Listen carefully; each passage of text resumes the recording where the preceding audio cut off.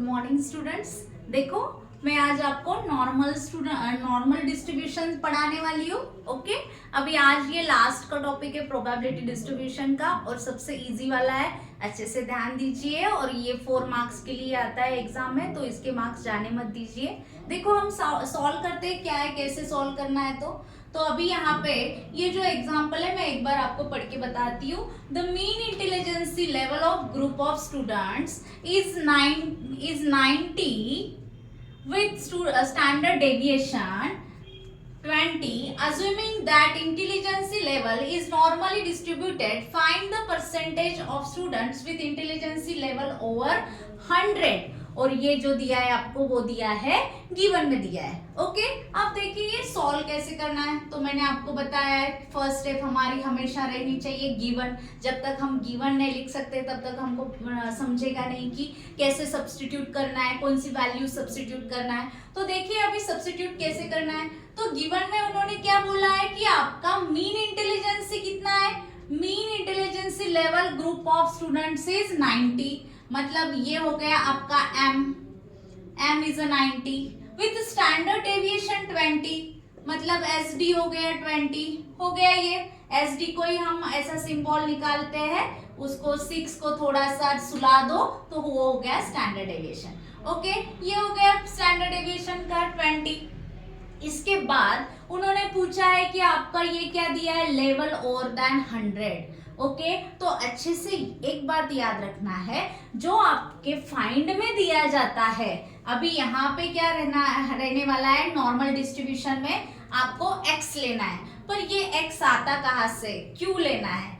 तो याद रखना है जैसे कि हमने पॉइजन डिस्ट्रीब्यूशन और इसके पहले हमने जो बायनोमियल डिस्ट्रीब्यूशन, ये दो डिस्ट्रीब्यूशन में हम r लेते थे कंडीशन में, सेम एज नॉर्मल डिस्ट्रीब्यूशन के कंडीशन में हमें लेना है x। क्या लेना है, x। अभी वो x आता कहाँ से है, तो x आता कहाँ से है, तो वो लेना है आपके फाइंड में से। तो फाइंड में आपके क्या दिया है, 100 दिया है, तो मैं x को मानने वाली हूँ 100। ओके, ये समझ में आ गया। x कहाँ से आया, तो x को लेना है 100 कहाँ से आया, जो आपके फाइंड में दिया गया है। तो हमेशा फाइंड में जो भी वैल्यू रहेगी वो रहेगी तुम्हारी x। अब देखिए इसके आगे हमें कैसे सॉल्व करना है, ये लिख लिया हमने। अभी इसके बाद क्या करना है, आप देखो अभी यहाँ पे कंडीशन बनानी है। कौन सी कंडीशन बनानी है, प्रोबेबिलिटी की कंडीशन। तो ये हो गया p, ये हो गया x, बट यहाँ पे लेवल ओवर दिया है, ओवर मतलब मोर देन, और मोर देन का हम यहाँ पे करेंगे 100। अभी याद रखना है लेवल ओवर है, ओवर है मतलब ज्यादा है, दैट्स वाई ग्रेटर देन का सिंबल यूज किया। अगर लेस देन रहा तो आपको लेस देन का यहाँ पे लेस रहेगा तो आपको लेस देन का सिंबल यूज करना है। अभी देखो ये कहाँ से आया, आपको समझ में आ गया। अभी ये हो गई एक प्रोबेबिलिटी की कंडीशन। अब नेक्स्ट क्या करना है, प्रोबेबिलिटी ऑफ x जहां पे दिया है वहां पे आपको लिखना है z। क्या लिखना है आपको, z लिखना है, और ये हो गया ग्रेटर देन। अभी यहाँ पे ये जो वैल्यू आएगी यहाँ पे पहले आपको उसको फॉर्मूला यूज करके वहां की वैल्यू लाना है। अभी फॉर्मूला क्या है, तो याद रखना है तुम्हारे नॉर्मल डिस्ट्रीब्यूशन जो है वहां पे फॉर्मूला है z का, z equals to x minus m divided by standard deviation. ये है फॉर्मूला तुम्हारे नॉर्मल डिस्ट्रीब्यूशन का। ओके, देखो अभी हम पुट करते हैं, x क्या है हमारे यहाँ पे 100, m कितना है 90, उसके बाद स्टैंडर्ड डेविएशन कितना दिया है 20। अभी यहाँ पे 100 माइनस c हो गया 10/20, दैट्स वाई z कितना हो गया 1/2 मतलब 0.5।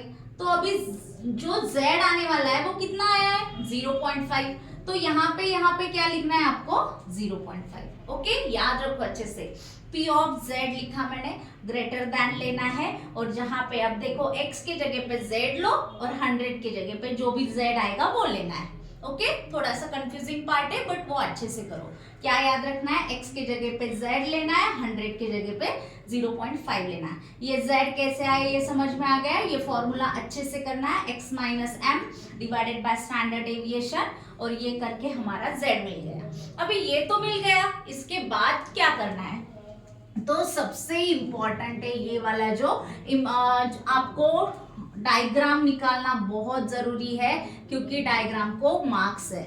ओके, अभी ये डायग्राम निकालनी कैसी है, तो आपको देखो कैसे निकालनी है। तो ये हो गया। अभी आपको और एक बात जाननी है कि ये जो नॉर्मल डिस्ट्रीब्यूशन है, इसको और एक नाम है, उसका नाम है बेलकर डिस्ट्रीब्यूशन। अभी ये बेलकर क्या है, तो ये जो आपको दिख रहा है डायग्राम, ये थोड़ा कैसे दिख रहा है, बेल जैसे दिख रहा है। तो ये बेल जैसा फिगर दिख रहा है, तो दैट्स वाई इसको बेलकर डिस्ट्रीब्यूशन भी कहा जाता है। ओके, देखो अभी ये डायग्राम निकालनी कैसी है, तो ये बीच में रहता है z इक्वल्स टू 0। ओके, यहाँ पे माइनस इंफिनिटी, यहाँ पे प्लस इंफिनिटी। अब अच्छे से याद क्या रखना है आपको, ये जो पूरी जो लाइन होती है, यहाँ पे ये जो पूरी लाइन दिख रही है आपको इंफिनिटी की, वो रहती है 1। कितना रहता है, 1। तो याद रखना है 0 से अगर आप इधर जाओगे तो ये हो गया 0.5 और ये हो गया 0.5, और ये दोनों को अगर हम मिला देंगे तो वो हो जाएगा 1। ओके, अच्छे से याद रखो, ये जो है ये पूरी लाइन ये पूरी 1 इसके हो रहती है, तो ये आधा होता है 0.5 और ये होता है 0.5, मतलब ये होगा 0.5 और ये होगा 0.5। तो अच्छे से याद रखो। ओके, डायग्राम में आपको ये मेंशन नहीं करना है, ये सिर्फ आपको समझने के लिए याद रखना है। अभी ये तो हमने निकाल लिया है, बट अभी इसको डायग्राम निकालते कैसे, मतलब ये पूरी नहीं हुई है, अभी इसको हमें पूरी करना है। अभी देखो पूरी कैसे करते हैं। अभी यहाँ पे जो z दिया है, z कितना है 0.5, तो अभी यहाँ पे 0.5, अभी ये क्या है 0.5, ये आपका आंसर क्या है, प्लस आया है। याद रखना है अच्छे से, प्लस आया है। प्लस आया मतलब ये वाले साइड में माइनस का आएगा, तो z0 यहाँ पे, तो यहाँ पे मैं लेती हूँ 0.5। अभी आपको यहाँ पे एक लाइन खींचनी है, एक लाइन खींच दी 0.5 वाली। ये कहाँ से आई सबको पता चल गया, ये मैंने क्या कर दिया 0.5 जो दिया है, ये जो z आया है मैंने यहाँ पे 0.5 कर दिया है। अभी देखो ये जो 0.5 आ गया है, तो यहाँ पे हमें जो निकालना है ये वाला साइड निकालना है। अभी याद क्या रखना है, देखो अगर answer is a positive so right side में लाइन्स आएगी, answer is negative so left side में लाइन्स आएगी।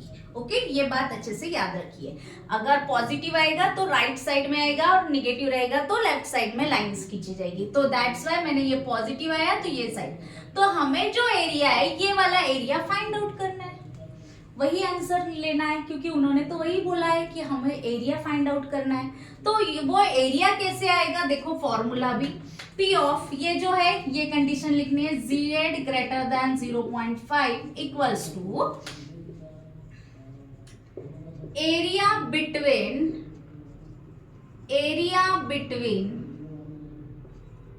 ओके। अभी ये एरिया बिटवीन मतलब क्या है, z जो है z0 टू z इंफिनिटी, ये वाली कंडीशन है z0 टू z 0.5। अभी आपको समझ में नहीं आ रहा होगा कि क्या किया है क्या नहीं किया है, तो देखिए ये इतना ज्यादा ये भी नहीं है तो आपको समझेगा नहीं, तो देखो कैसे सॉल्व करना है। एरिया बिटवीन, अभी आपको तो फाइंड आउट क्या करना है, ये वाला एरिया।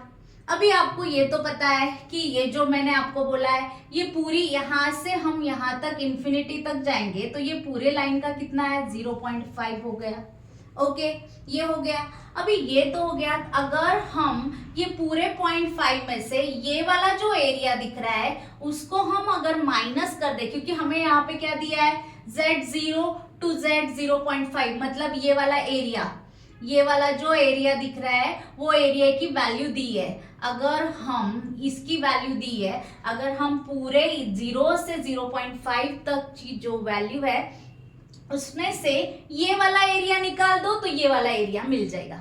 ओके, अच्छे से याद रखो, ये जो हाफ पार्ट है, हाफ पार्ट में से इसकी वैल्यू हमें दी गई है, तो ये वाला अगर हम ये वाले की वैल्यूज पुट करेंगे तो हमें ये वाला मिल जाएगा। देखो अभी area between 0 to z infinity, 0 to infinity कितना है, ये पूरी लाइन कितनी है 0.5 minus minus area between Z0 to Z0.5, Z0 to 0.5 कितना है, गिवन में दिया है आपको, तो कितना आया है 0.1915, ये आपको हमेशा दिया जाएगा। ओके, गिवन में आपको नहीं, हर बार आपकी वैल्यू दी जाएगी, तो उसको हमें क्या करना है, पुट करना है। तो देखिए अभी P of Z greater than equals to greater than 0.5 लिखा है, अभी इसका आंसर है 0.3085, ये हो गया आपका आंसर। अभी यहाँ पे एग्जाम्पल खत्म नहीं हुआ है, तो कहा क्या पूछा है उन्होंने, find the percentage of students with intelligence level over 100, हमें परसेंटेज में बताना है।